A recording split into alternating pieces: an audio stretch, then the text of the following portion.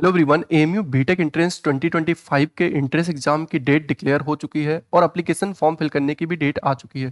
तो आज के इस वीडियो में बात करने वाले हैं एप्लीकेशन फॉर्म फिल करने की लास्ट डेट क्या है और एंट्रेंस एग्जाम कब है और आपको इस साल तैयारी कैसे करनी चाहिए, क्योंकि इस साल क्या है कि एंट्रेंस एग्जाम की डेट अप्रैल के मंथ में ही आ चुकी है। अप्रैल के मंथ में आपका एंट्रेंस एग्जाम होने वाला है। तो अभी क्या है, इस साल आपके पास बहुत कम टाइम है और किस तरीके से आपको प्रिपरेशन करना चाहिए इतने दिनों में, यानी कि अभी क्या है कि और अराउंड 90 डेज आपके पास है, क्योंकि 20 अप्रैल को पेपर है और आज 13 जनवरी है। तो अराउंड अगर हम बात करें राउंड फिगर में तो 90 डेज आपके पास है। इन 90 डेज में आपको प्रिपरेशन कैसे करनी चाहिए एएमयू बीटेक के लिए, इन सब के बारे में बात करेंगे। कट ऑफ कितनी जाती है एएमयू बीटेक के लिए, कंप्यूटर इंजीनियरिंग के लिए आपको कितना मार्क्स सिक्योर करना चाहिए ताकि आपको कंप्यूटर इंजीनियरिंग मिल जाए। Artificial intelligence, electronics engineering branches कौन कौन से हैं जिसमें आप एडमिशन ले सकते हैं, इन सब के बारे में बात करेंगे। तो जितने भी लोग चैनल पे नए हैं वो लोग चैनल को सब्सक्राइब करके रखें और वीडियो को भी लाइक कर लें। तो सबसे पहले अगर हम बात करें कि एंट्रेंस एग्जाम की डेट क्या है, तो आप यहाँ पे देख सकते हैं 7वें नंबर पे 20 अप्रैल 2025 को एएमयू बीटेक एंट्रेंस का पेपर है। एप्लीकेशन फॉर्म फिल करने की लास्ट डेट क्या है, 31 जनवरी के पहले आपको एप्लीकेशन फॉर्म फिल करना है विदाउट लेट फीस। यानी कि अगर कोई कैंडिडेट ऐसा है जो 31 जनवरी तक फॉर्म नहीं फिल कर पाता है, वो क्या कर सकता है, 7 फरवरी तक फॉर्म फिल कर सकता है। एक्स्ट्रा उसको पे करना होगा, 300 रुपीज एक्स्ट्रा पे करके 7 फरवरी तक फॉर्म फिल कर सकता है। अब अगर किसी के फॉर्म में अगर कोई मिस्टेक हो जाती है, कोई करेक्शन करना है, तो वो करेक्शन कर सकता है 8 फरवरी से 11 फरवरी के बीच में करेक्शन कर सकता। ये था पूरा डिटेल एंट्रेंस एग्जाम का एप्लीकेशन फॉर्म फिल करने का। अब अगर हम बात करें कौन कौन से ब्रांचेज हैं, एएमयू बीटेक का पेपर पैटर्न क्या है, कट ऑफ कितना जाता है, किस तरीके से आपको प्रिपरेशन करनी चाहिए ताकि आपकी सीट सिक्योर हो सके। ओके, तो सबसे पहले बात कर लेते हैं ब्रांचेज की। तो ब्रांचेज क्या है कि केमिकल इंजीनियरिंग है, सिविल इंजीनियरिंग है, कंप्यूटर इंजीनियरिंग है, इलेक्ट्रिकल है, इलेक्ट्रॉनिक्स एंड कम्युनिकेशन इंजीनियरिंग है, मैकेनिकल इंजीनियरिंग है, पेट्रोकेमिकल है, फूड टेक्नोलॉजी है, आर्टिफिशियल इंटेलिजेंस है, ऑटोमोबाइल इंजीनियरिंग है, वीएलएसआई है। इसके अलावा और भी सीट्स हैं जो सेल्फ फाइनेंस सीट है। लास्ट ईयर क्या हुआ था कि जब आपका एंट्रेंस एग्जाम हो गया था, सेल्फ फाइनेंस सीट आया था काउंसलिंग के जस्ट पहले। तो अभी गाइड टू एडमिशन 2025 का नहीं आया है, 2025 का गाइड टू एडमिशन जब आ जाएगा उसमें आपको सेल्फ फाइनेंस सीट भी दिख जाएगी। तो इन सब के बारे में डिटेल में आपको बताते हैं। तो सबसे पहले अगर हम बात करें केमिकल इंजीनियरिंग से लेकर के और पेट्रोकेमिकल इंजीनियरिंग तक, इन सब ब्रांचेज की जो फीस है वो अराउंड 22-23,000 है, 24,000, 22 से 25,000 के बीच में आपकी फीस है एक साल की। लेकिन अगर हम बात करें फूड टेक्नोलॉजी की, तो फूड टेक्नोलॉजी की एक साल की फीस जो है 38,000 है। बाकी जो तीनों ब्रांचेस दिए हुए हैं, artificial intelligence, automobile engineering, VLSI, इन सब की फीस एक साल की 68,000 है। ओके, अब अगर हम बात करें इसके अलावा जो सेल्फ फाइनेंस ब्रांच है, सेल्फ फाइनेंस ब्रांच आपको सिविल में भी दिख जाएगा, मैकेनिकल, बहुत सारे ब्रांच में है। वो आपको गाइड टू एडमिशन जब 2025 का आएगा तो उसमें आपको दिख जाएगा। सेल्फ फाइनेंस का जो फीस है एक साल का, उसका 1 लाख पर ईयर है। 1 लाख रुपए आपको, यानी कि 50,000 पर सेमेस्टर आपको देना होगा सेल्फ फाइनेंस के लिए। अब अगर हम बात करें कि एएमयू बीटेक का पेपर पैटर्न क्या है, तो एएमयू बीटेक में क्या है कि 150 मार्क्स के क्वेश्चन आते हैं और 150 क्वेश्चन आते हैं और आपको पूरा जो टाइम मिलता है 3 आवर्स का टाइम मिलता है, 3 घंटे का टाइम मिलता है। इसमें आपको 150 क्वेश्चन सॉल्व करने होते हैं। 50 क्वेश्चन फिजिक्स, 50 केमिस्ट्री और 50 मैथमेटिक्स से सॉल्व करने होते हैं। ये जो पेपर का सिलेबस है ये पूरा जेईई मेंस का सिलेबस है, यानी कि क्लास 11 क्लास 12 पूरा मिला करके है।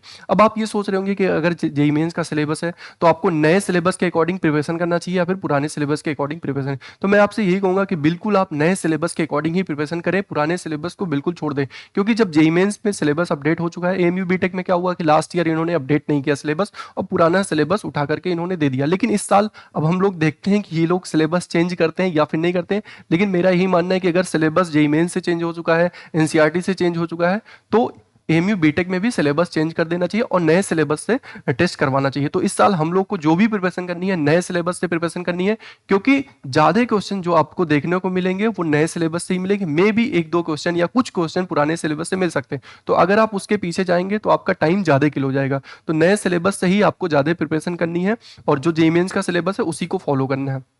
अब अगर हम बात करें कि कट ऑफ कितना जाता है, आपको कितना मार्क्स लाना चाहिए ताकि आपको एएमयू बीटेक में एडमिशन मिल सके, तो अगर कोई एक्सटर्नल स्टूडेंट है और उस स्टूडेंट के अगर 50 प्लस आ रहे हैं तो उसको फूड टेक्नोलॉजी के अलावा यानी कि पेट्रोकेमिकल या फिर केमिकल में एडमिशन बहुत ही आराम से मिल जाएगा।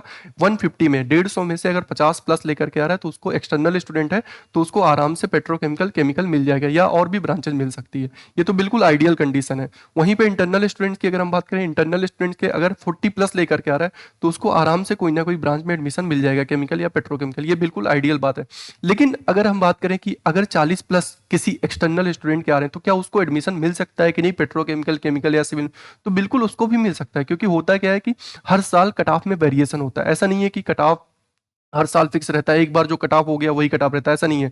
तो इसी तरीके से क्या है कि 40 प्लस पे अब ये डिपेंड करता है कि कट ऑफ जो है डिपेंड करता है पेपर के लेवल पे, कि पेपर का लेवल क्या है, इजी है, मॉडरेट है या टफ है, या पेपर कब हो रहा है। अभी क्या है कि लास्ट ईयर आप देखेंगे पेपर बहुत ही ज़्यादा लेट हुआ था, लेकिन इस बार क्या है पेपर बहुत जल्दी हो रहा है, तो जाहिर सी बात है उतनी अच्छी प्रिपरेशन नहीं हो पाएगी जितनी हर साल लोग प्रिपरेशन करते थे। तो कट ऑफ बहुत हाई जाने का चांस नहीं रहेगा, क्योंकि इस बार जस्ट बोर्ड एग्जाम खत्म होगा, उसके एक महीना बाद आपका इंट्रेंस एग्जाम है बीटेक का। तो अब जो भी कट ऑफ है उसके बारे में मैंने आपको बता दिया कि अगर आपके 50 प्लस आ रहे हैं, एक्सटर्नल स्टूडेंट है, तो बिल्कुल 100% आपको एडमिशन मिल जाएगा किसी ना किसी ब्रांच में, फूड टेक्नोलॉजी के अलावा। फूड टेक्नोलॉजी तो बहुत ही कम मार्क्स पे भी मिल जाता है। इंटरनल स्टूडेंट अगर 40 प्लस आ रहा है तो उसको भी एडमिशन मिल जाएगा किसी ना किसी ब्रांच में। एक्सटर्नल स्टूडेंट के अगर 40 प्लस लेकर के आ रहा है तो उसके भी चांसेज हैं एडमिशन मिलने का, केमिकल, पेट्रोकेमिकल, इन सब में, और सिविल मैकेनिकल भी मिल सकता है। इंटरनल के अगर 30 प्लस आ रहे हैं तो उसके भी चांसेज हैं। अब अगर हम बात करें कि कंप्यूटर इंजीनियरिंग के लिए कितना कट ऑफ होना चाहिए, तो कंप्यूटर इंजीनियरिंग के लिए अगर एक्सटर्नल स्टूडेंट 80 प्लस लेकर के आ रहा है तो बिल्कुल उसकी सीट सिक्योर है और कंफर्म है कि उसको कंप्यूटर इंजीनियरिंग मिल जाएगा, अगर 80 प्लस लेकर के आ रहा है एक्सटर्नल स्टूडेंट। लेकिन अगर ऐसा है कि उसके 75 प्लस आ रहे हैं या 70 प्लस आ रहे हैं, तब भी उसको मिलने का चांस है, कंप्यूटर इंजीनियरिंग मिल सकता है। ये सब कुछ डिपेंड करेगा काउंसलिंग में, और काउंसलिंग में बहुत बार ऐसा हुआ है कि 68 पे भी कंप्यूटर इंजीनियरिंग मिला है, 70 प्लस पे भी कंप्यूटर इंजीनियरिंग मिला है, तो आपको मिल सकता है। ऐसा नहीं है कि 70 प्लस पे कंप्यूटर इंजीनियरिंग नहीं मिल सकता है, लेकिन आइडियल कंडीशन ये है 80 प्लस। वहीं पे इंटरनल स्टूडेंट की अगर हम बात करें, इंटरनल स्टूडेंट अगर 70 प्लस लेकर के आ रहा है तो उसको कंप्यूटर इंजीनियरिंग मिल जाएगा। 60 प्लस अगर लेकर के आ रहा है तब भी उसके चांसेस है, कंप्यूटर इंजीनियरिंग मिलने का पूरा चांस है और मिल सकता है। ये सब कुछ डिपेंड करेगा पेपर के लेवल पे, और पेपर किस तरीके का है और कैसे लोग अटेम्प्ट कर पा रहे हैं कि नहीं कर पा रहे हैं, क्योंकि ये भी तो होता है कि लोग कितने मार्क्स लेकर के आ रहे हैं, रिलेटिव मार्किंग। क्योंकि फॉर एग्जाम्पल ऐसा कोई स्टूडेंट है ही नहीं जो 80 प्लस से ज़्यादा लेकर के आ रहा है, तो जाहिर सी बात है जो 80 वाला लेकर के आएगा उसकी रैंक 1 बन जाएगी। ठीक है, तो ये सब कुछ डिपेंड करता है कि पेपर कैसे हो रहा है, पेपर का लेवल क्या है। ओके, तो मैंने कंप्यूटर इंजीनियरिंग के बारे में बता दिया। अब अगर हम बात करें इलेक्ट्रॉनिक्स इंजीनियरिंग की या फिर आर्टिफिशियल इंटेलिजेंस की, तो इलेक्ट्रॉनिक्स और आर्टिफिशियल के लिए अगर हम बात करें, किसी एक्सटर्नल स्टूडेंट के अगर 75 प्लस है तो उसको बहुत ही आराम से मिल जाएगा। लेकिन अगर उसके 65 प्लस भी हैं तब भी उसके मिलने का चांस है एआई एंड इलेक्ट्रॉनिक्स इंजीनियरिंग। वहीं पे अगर हम बात करें इंटरनल स्टूडेंट की, तो इंटरनल स्टूडेंट का अगर फॉर एग्जांपल 55 प्लस है या फिर 60 प्लस, अगर 60 प्लस अगर हम मान लें तो 60 प्लस पे बहुत ही आराम से उसको एआई या फिर इलेक्ट्रॉनिक्स इंजीनियरिंग मिलने का चांस है। लेकिन अगर वहीं पे अगर 65 प्लस लेकर के आ रहा है तो 65 प्लस पे और ज़्यादा चांसेस हैं। ठीक है, तो ऐसा नहीं है कि कोई एक बिल्कुल फिक्स्ड मार्क्स है कि हाँ इसी पे ही आपको इलेक्ट्रॉनिक्स इंजीनियरिंग मिलेगा या इसी मार्क्स पे ही आपको आर्टिफिशियल इंटेलिजेंस मिलेगा। ठीक है, बहुत ही ज़्यादा फ्लेक्सिबिलिटी है और ये डिपेंड करता है काउंसलिंग कब हो रही है। अब इस साल आप देखेंगे कि काउंसलिंग हो सकता है एएमयू की पहले हो जाए, तो अगर एएमयू की काउंसलिंग पहले होती है और सारे जो फॉर एग्जाम्पल एकेटीयू है और जामिया है, ये सब काउंसलिंग लेट कराते हैं, तो जाहिर सी बात है लोग यहाँ पे एडमिशन ले लेंगे, क्योंकि पहले लोग क्या करना चाहते हैं, अपनी सीट सिक्योर करना चाहते हैं। तो ये सब कुछ डिपेंड करेगा कि किस तरीके का हो। अभी क्या करना है कि आपको प्रिपरेशन करनी है एक आइडियल कंडीशन मान करके, आपको जो कुछ भी प्रिपरेशन करनी है, जितने भी लोग चाहते हैं कि उनको एक अच्छी ब्रांच में एडमिशन चाहिए, वो लोग 80 प्लस की तैयारी करें एक्सटर्नल स्टूडेंट, और इंटरनल स्टूडेंट्स एटलीस्ट 70 प्लस की तैयारी करें। वहीं पे अगर कोई ऐसा इंसान है जो बहुत अच्छी तैयारी नहीं कर पाया है, तो वो इतना सोचे कि उसको एटलीस्ट ये सोचना है कि 50 प्लस लेकर के आए। और इंटरनल स्टूडेंट जो अभी बहुत अच्छी नहीं प्रिपरेशन कर पाए, वो लोग ये सोचे कि 40 प्लस लेकर के आए, ताकि उनको एक किसी ना किसी ब्रांच में एडमिशन मिल सके। ओके, तो ये था पूरा ब्रांच वाइज कट ऑफ। और भी जो ब्रांचेज हैं उनका आप क्या कर सकते हैं कि 5 नंबर कम मान करके कर सकते हैं। फॉर एग्जाम्पल मैंने बताया कि कंप्यूटर इंजीनियरिंग के लिए 70 से 80, और एआई और इलेक्ट्रॉनिक्स के लिए एक्सटर्नल के लिए मैंने बताया 60 से 70। वहीं पे अगर हम बात करें इलेक्ट्रिकल इंजीनियरिंग की, तो इलेक्ट्रिकल इंजीनियरिंग की आप ये मान सकते हैं 55 प्लस है, तो मिलने का चांस है 55 प्लस से इलेक्ट्रिकल इंजीनियरिंग। या अगर बहुत आइडियल मान करके सोचे तो 60 प्लस हम मान सकते हैं कि इलेक्ट्रिकल इंजीनियरिंग के लिए। इंटरनल स्टूडेंट्स की अगर हम बात करें, तो इंटरनल स्टूडेंट्स के इलेक्ट्रिकल इंजीनियरिंग के लिए अगर हम बात करें तो 50 प्लस अगर आ रहा है तो उसको इलेक्ट्रिकल इंजीनियरिंग मिलने का चांस है। वहीं पे और भी जो भी ब्रांचेज हैं वो आप 5 नंबर कम मान करके कैलकुलेट कर सकते हैं कि कितने पे आपको कौन सी ब्रांच मिल सकती है। ओके, तो अब हम बात कर लें कि आपको प्रिपरेशन कैसे करनी चाहिए। तो आप देख रहे हैं कि जो एमयू बीटेक का पेपर पैटर्न है वो 150 क्वेश्चन का है, जबकि जेईई मेंस का जो टेस्ट होता है वो 75 का क्वेश्चन का होता है। तो जाहिर सी बात है आपको इसकी प्रिपरेशन करने के लिए, एमयू बीटेक की प्रिपरेशन करने के लिए आपको एमयू बीटेक के टेस्ट और एमयू बीटेक के पीवाईक्यू आपको सॉल्व करने होंगे और प्रैक्टिस में आपको 150 क्वेश्चन लाना होगा। क्योंकि जेईई मेंस में क्या होता है कि 75 क्वेश्चन आता है तो आप 75 क्वेश्चन पढ़ करके कर ले जाते हैं, लेकिन इसमें क्या होगा कि अगर आप डायरेक्टली एमयू बीटेक अटेम्प्ट करने जाएंगे तो जाहिर सी बात है उतने क्वेश्चन आप नहीं अटेम्प्ट कर पाएंगे जितना आप एक्सपेक्ट कर रहे होंगे, क्योंकि यहाँ पे नंबर ऑफ क्वेश्चन ज्यादा हैं। तो आप इसके लिए क्या कर सकते हैं कि सबसे पहले एमयू बीटेक की तैयारी करने के लिए आप क्या कर सकते हैं कि जेईई मेंस के पीवाईक्यू सॉल्व करें। अच्छा, एक और चीज यहाँ पे ध्यान रखना है कि आपको बहुत ज्यादा ओल्ड क्वेश्चन नहीं करने हैं और जो सिलेबस में है, जो अभी रिसेंटली सिलेबस में है, वही आपको सॉल्व करने हैं। तो स्पेशली 2024 के जितने भी सेशन के क्वेश्चन आए हुए हैं आप वो कर सकते हैं। और AMU BTech PYQ, AMU BTech जितने भी साल के 10-12 साल के जो भी क्वेश्चन है उनको आप बहुत ही अच्छे तरीके से सॉल्व कर लें, जितने भी क्वेश्चन है उनको, और बार बार उसको करें। एक बार नहीं करना है आपको, एक बार करके आप अगर खुश हो जाते हैं तो दोबारा आप बिल्कुल एक हफ्ता 10 दिन बाद नहीं कर पाएंगे। आपको क्या करना है कि बार बार करना है और क्वेश्चन को बिल्कुल अपने प्रैक्टिस में लेकर के आना है, ताकि जब आप कोई क्वेश्चन किए होंगे, होता क्या है कि जब आपको नया क्वेश्चन दिखता है तो जाहिर सी बात है 100% आपको ये शुरू में नहीं लगता कि आप ये कर पाएंगे कि नहीं कर पाएंगे, लेकिन अगर उससे रिलेटेड कोई भी क्वेश्चन अगर आपने कर रखा है तो फिर जब आप नए नए क्वेश्चन को थोड़ा सा स्टार्टिंग अगर दे देते हैं, उसको स्टार्टिंग का थोड़ा सा आगे लेकर के जाते हैं, तो फिर होता क्या है, जैसे ही आगे लेकर के जाएंगे फिर आपको समझ में आ जाता है कि हाँ इसके बाद क्या होने वाला है, तो फिर फाइनली आपका आंसर आ जाता है। तो इसके लिए अभी आपको क्या करना है, एमयू बीटेक प्रिपरेशन करने के लिए आपको पूरा सिलेबस सही तरीके से पढ़ लेना है 11th का 12th का। एक और चीज यहाँ पे क्या करना है कि बहुत लोग क्या करते हैं कि टॉपिक छोड़ देते हैं, कि मैथ में क्या किया ये टॉपिक छोड़ दिया, फिजिक्स में ये टॉपिक छोड़ दिया, केमिस्ट्री में।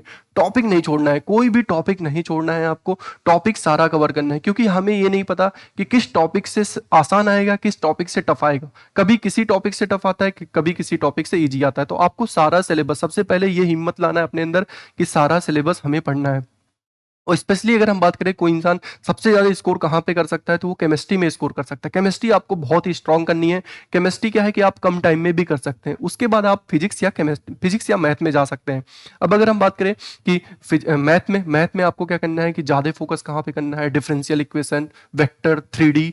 और वेक्टर 3D पे बहुत सारे क्वेश्चन आते हैं, लास्ट ईयर भी आप देखेंगे तो 4 से 5 क्वेश्चन आपको दिख जाएगा। वेक्टर 3D, डिफरेंशियल इक्वेशन हो गया, उसके बाद डिफिनिट इंटीग्रेशन है, and then matrices and determinant है, कॉम्प्लेक्स नंबर है, कॉम्प्लेक्स नंबर के बाद बाइनोमियल थ्योरम है। तो सारे चैप्टर से क्वेश्चन आते हैं, लेकिन ये स्पेशली वेक्टर 3D और डिफरेंशियल इक्वेशन, ये दो टॉपिक से बहुत ज्यादा क्वेश्चन देते हैं, बहुत बार कॉम्प्लेक्स नंबर से भी उठा करके दे देते हैं। ठीक है, तो आपको क्या करना है कि सबसे पहले 150 क्वेश्चन की प्रैक्टिस करनी। इसके लिए अब आप क्या कर सकते हैं, इसके लिए आप ये कर सकते हैं कि अगर आप जेईई मेंस प्रिपरेशन कर रहे हैं तो बहुत अच्छी बात है, इसके साथ में एमयू बीटेक अगर आप अच्छे से करना चाहते हैं तो आप इसके लिए क्या कर सकते हैं कि आप जो एमयू बीटेक के 150 क्वेश्चन की उसकी प्रैक्टिस आप ओएमआर सीट पे कर सकते हैं, और 3 आवर्स का टाइमर लगा करके आपको करना है, और आपको देखना है कितने क्वेश्चन आप कर पा रहे हैं, कितने सही हैं, कितने गलत हैं।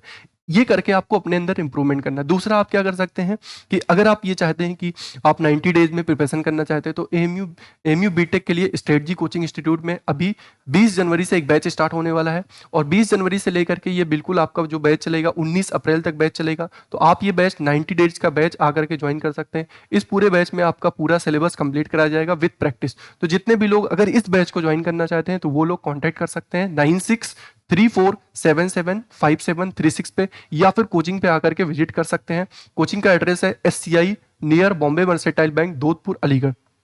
इसके अलावा अगर आप ऑफलाइन कोचिंग नहीं ज्वाइन कर सकते हैं तो आप क्या कर सकते हैं कि जाहिर सी बात है यूट्यूब चैनल है, बहुत सारे लोग हैं जो आपको यहाँ पे क्या है कि एमयू बीटेक के लिए स्पेशली अगर आप ऑनलाइन कोर्स लेते हैं तो मैं ये आपको बोलूंगा कि ऑनलाइन कोर्स लेने की जरूरत नहीं है आपको, ये बिल्कुल वेस्ट ऑफ मनी होगा अगर एमयू बीटेक के लिए आप लोग ऑनलाइन कोर्स लेते हैं, क्योंकि सिलेबस इतना ज़्यादा वास्ट है, इतना ज़्यादा वास्ट है। और अगर आप ऑनलाइन लेते हैं कोई भी ऑनलाइन करा नहीं पाएगा, और वो कराएगा तो वीडियो रिकॉर्डिंग ही दे पाएगा आपको, ऑनलाइन लाइव लेक्चर आपको नहीं ले पाएगा। 90 डेज में सिलेबस इतने ईजिली नहीं हो पाएगा। ओके, तो आप क्या कर सकते हैं, अगर ऑफलाइन क्लास नहीं ज्वाइन कर सकते हैं तो आप क्या कर सकते हैं, ऑनलाइन अगर आप चाहते हैं तो आप टेस्ट सीरीज ज्वाइन कर सकते हैं, या फिर ऑफलाइन में आकर के टेस्ट सीरीज ज्वाइन कर सकते हैं। टेस्ट सीरीज से क्या होगा कि आपको क्वेश्चन का पेपर पैटर्न पता चल जाएगा और आपकी प्रैक्टिस भी हो जाएगी। तो ओवरऑल अगर आप कोचिंग भी नहीं कर सकते हैं और टेस्ट सीरीज भी नहीं कर सकते हैं तो आप खुद से भी कर सकते हैं। ऐसा नहीं है कि सिर्फ आप कोचिंग से ही कर सकते हैं और कोचिंग आकर के ही आपको एडमिशन मिल सकता है, आप खुद से भी कर सकते हैं। आपको सिलेबस पता है, सिलेबस पूरा जेईई मेंस का है, और एमयू बीटेक पीवाईक्यू लेकर के आप उसको पूरी तरीके से 3 आवर्स के अंदर आप अपना टाइम सेट करिए कि किस तरीके से आप इतने टाइम में और कितने क्वेश्चन कर सकते हैं। आपको क्या करना है कि हर दिन नंबर ऑफ क्वेश्चंस अपने बढ़ाने हैं और चेक करने हैं कि आपके कितने मार्क्स आ रहे हैं, नंबर आपके बढ़ रहे हैं कि नहीं बढ़ रहे हैं। ओके, तो इसी तरीके की वीडियोस के लिए आप इस चैनल को सब्सक्राइब कर सकते हैं और मिलते हैं नेक्स्ट वीडियो में अगर कोई और अपडेट आता है उससे रिलेटेड। ओके।